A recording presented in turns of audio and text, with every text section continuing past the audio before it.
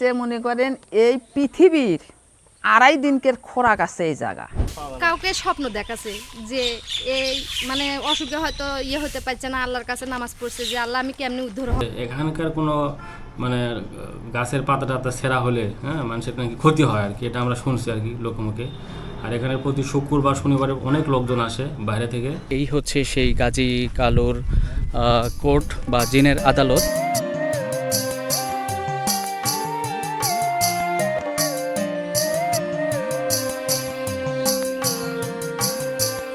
মনে করেন এখানে আসা যাই হয় যাই যে নেক নিয়তের আশা পূরণ হয়ে যায় ইনশাআল্লাহ।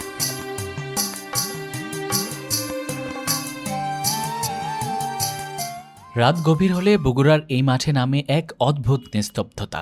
প্রতি বৃহস্পতিবার রাতে এখানে বসে এক বিচার, তবে সেই বিচার কিন্তু কোনো মানুষের নয়। দেখছেন বগুড়ার গাবতলী উপজেলার কাগাল ইউনিয়নের চেংরার পাথার। এই জায়গাটির নাম গাজী কালুর কোর্ট।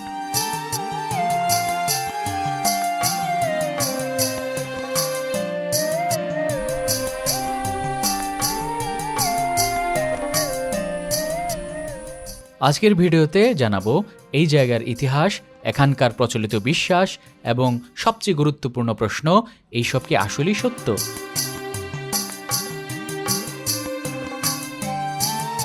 বগুড়া জেলার গাবতলী উপজেলা একবাড়িয়া গ্রাম। গ্রামটি মূলত শান্ত একটি গ্রাম। এটি মূলত একটি কৃষিপ্রধান শান্ত এলাকা। কিন্তু এই শান্ত এলাকার ভেতরেই রয়েছে এমন একটি স্থান যেটিকে কেন্দ্র করে দশকের পর দশক ধরে স্থানীয়দের মনে জমে আছে ভয়, বিস্ময় আর অলৌকিকতার মিশ্রণ। এই যে আমার পিছনে যে দেখতে পাচ্ছেন এইটাই হচ্ছে গাজী কালুর কোর্ট, মানে হচ্ছে এখানে জিনের আদালত। জিনের আদালত নামে হচ্ছে এলাকার মানুষ জানে। এবং এই জিনের আদালত এখানে প্রত্যেক বৃহস্পতিবার রাতের বেলা জিনদের বিচার আসর বসে এবং বলা হয় যে সারা পৃথিবীর যত জিন আছে এখানে বিচার হয়। এটা লোকমুখে এই কথাটা প্রচলিত এবং এটা আসলে খুবই ভিতরে একটা জায়গা এবং এটা খুঁজে পেতে আমাদের খুব কষ্ট হয়েছে।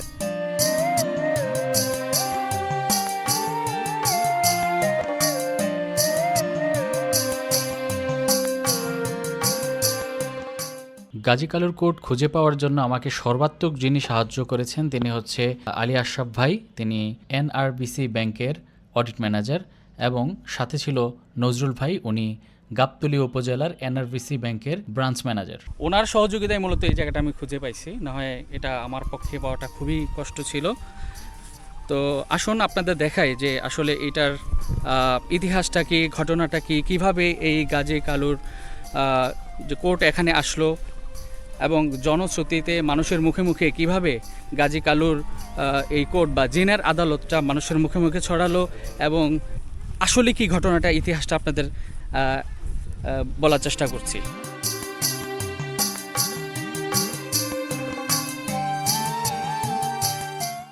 গাজী কালুর কোর্ট এই নামটি এসেছে একটি ঐতিহাসিক চরিত্রের নাম থেকে। গাজী কালু কথিত আছে তিনি ছিলেন বাদশাহ সিকান্দারের পুত্র। লোকবিশ্বাস অনুযায়ী একসময় তিনি এই স্থান থেকেই তার বিচার কার্য পরিচালনা করতেন।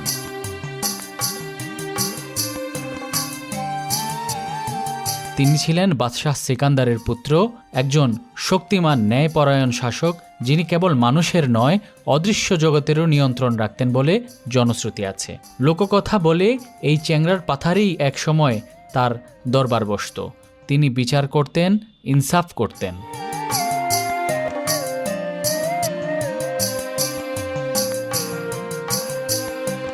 আর সেই বিচারের আসনটিই হলো আজকের সেই পাথরের সিংহাসন। কিন্তু গাজী কালুর মৃত্যুর পরেও এই আদালত থামেনি। স্থানীয়দের বিশ্বাস গাজী কালুর রেখে যাওয়া সেই বিচারের ধারা আজও চলছে। তবে সেই আদালতে বসে অদৃশ্য জগতের বাসিন্দারা, জিন, পরীরা।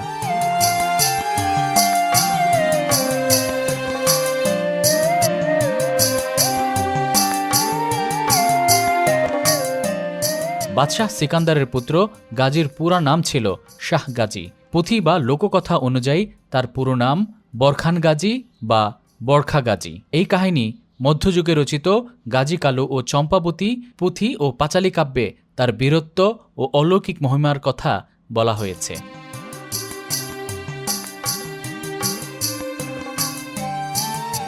কালু ছিল বাদশাহ সিকান্দারের পালিত পুত্র। তিনি গাজীকে প্রচণ্ড পরিমাণে ভালোবাসতেন এবং ছায়ার মতো সাথে থাকতেন। এক রাতে গাজী স্বপ্নে এক দরবেশকে দেখতে পান।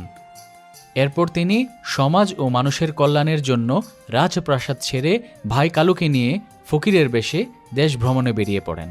তারপর তিনি ঘুরতে ঘুরতে বাংলাদেশের এই জনপদে এসে স্থান গাড়েন।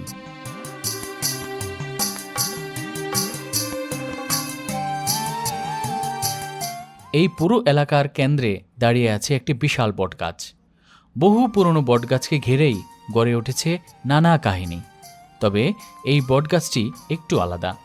এখানে এসে একজন ভক্তের কাছে জানতে পারলাম ঠিক এই জায়গাটাতে নাকি সারা পৃথিবীর 2.5 দিনের খাবার মজুদ আছে।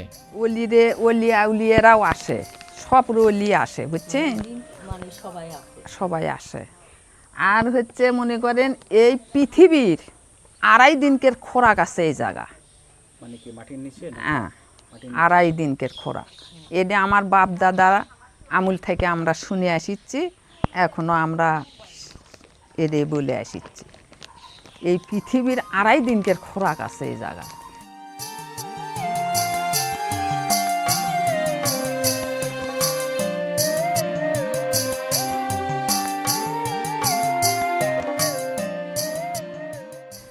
এখন মাটির ভিতরেই থাক, কোথায় থাক আমি কিন্তু আমার দাদারা বাপেরা বলে গেছে বাবা, এটা আমরা শুনছি, আমরাও আসা যাই করি, বাপ দাদারাও আসা যাই করছে। প্রতি বৃহস্পতিবার রাতে এই স্থানে নাকি এক অলৌকিক ঘটনা ঘটে। দূর দূরান্ত থেকে জিনপরীরা এসে জড়ো হয় এই বটগাছের নিচে। কিন্তু তারা আসে কোনো সাধারণ উপায়ে নয়। স্থানীয়রা দাবি করেন জিনেরা বাঘের পিঠে সওয়ার হয়ে আসেন এই আদালতে। হ্যাঁ, বাঘের পিঠে।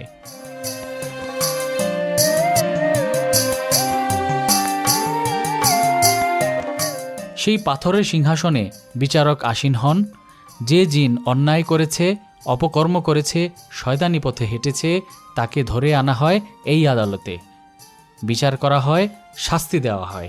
গভীর রাতে এই এলাকার কাছাকাছি যারা থাকেন তারা নাকি শুনতে পান অদ্ভুত সব শব্দ। কান্না নয়, চিৎকারও নয়, কিন্তু এমন এক ধরনের শব্দ যা মানুষের গলায় নয়। এই শব্দ শুনেই গ্রামবাসীরা বুঝে নেন রাতের আদালত শুরু হয়েছে। স্থানীয়দের বিশ্বাস অনুযায়ী এই আসনেই প্রতি বৃহস্পতিবার বসে সেই অদৃশ্য বিচার, আর এই আসনকে ঘিরেই পরিচালিত হয় সেই রহস্যময় আদালত।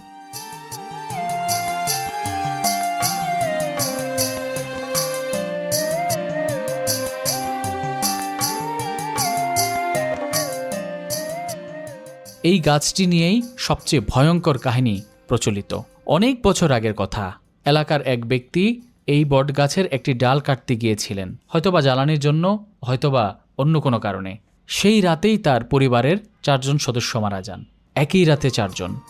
এই ঘটনার পর থেকে কেউ আর ওই গাছের দিকে হাত বাড়ানোর সাহস পায়নি।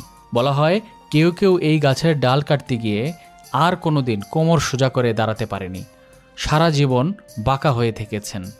গাছের ঝরে পড়া শুকনো পাতা, কাঠ, এমনকি খড়িও কেউ নিতে পারে না। নেওয়ার চেষ্টা করলেই নাকি মানুষ অসুস্থ হয়ে পড়েন। এই কারণেই চারপাশে যত তাল গাছ রয়েছে তার মিষ্টি তাল পাকতে পাকতে ঝরে পড়ে যায়, কিন্তু কেউ সাহস করে সেই ফল কুড়িয়ে নেয় না। পুরো জায়গাটা যেন এক অদৃশ্য দেয়ালে ঘেরা।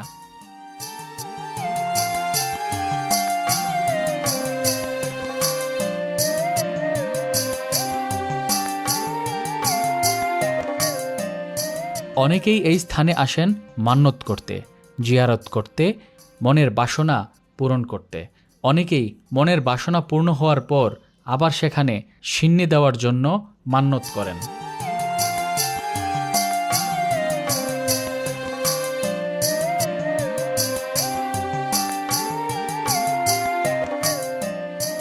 ইতিহাস বলে গাজী কালুর মতো শক্তিশালী ব্যক্তিত্বরা সত্যিই একসময় এই অঞ্চলে এসেছিলেন। তাদের দরবারও ছিল, বিচারও ছিল। সময়ের সাথে সাথে সেই বাস্তব ইতিহাসের উপর চেপে বসেছে লোককথা, মিশে গেছে ভয়, বিশ্বাস আর মানুষের কল্পনা।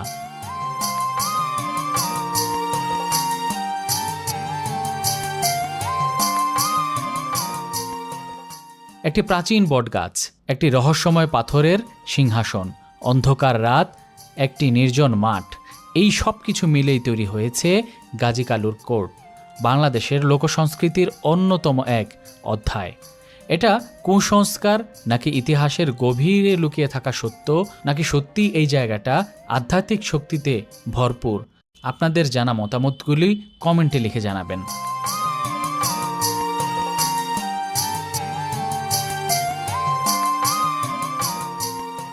ভিডিওটি যদি আপনাদের ভালো লেগে থাকে তাহলে অবশ্যই লাইক দিন, সাবস্ক্রাইব করুন আর কমেন্ট করে জানান আপনি কি সত্যিই এ ধরনের রহস্যময় স্থান বিশ্বাস করেন।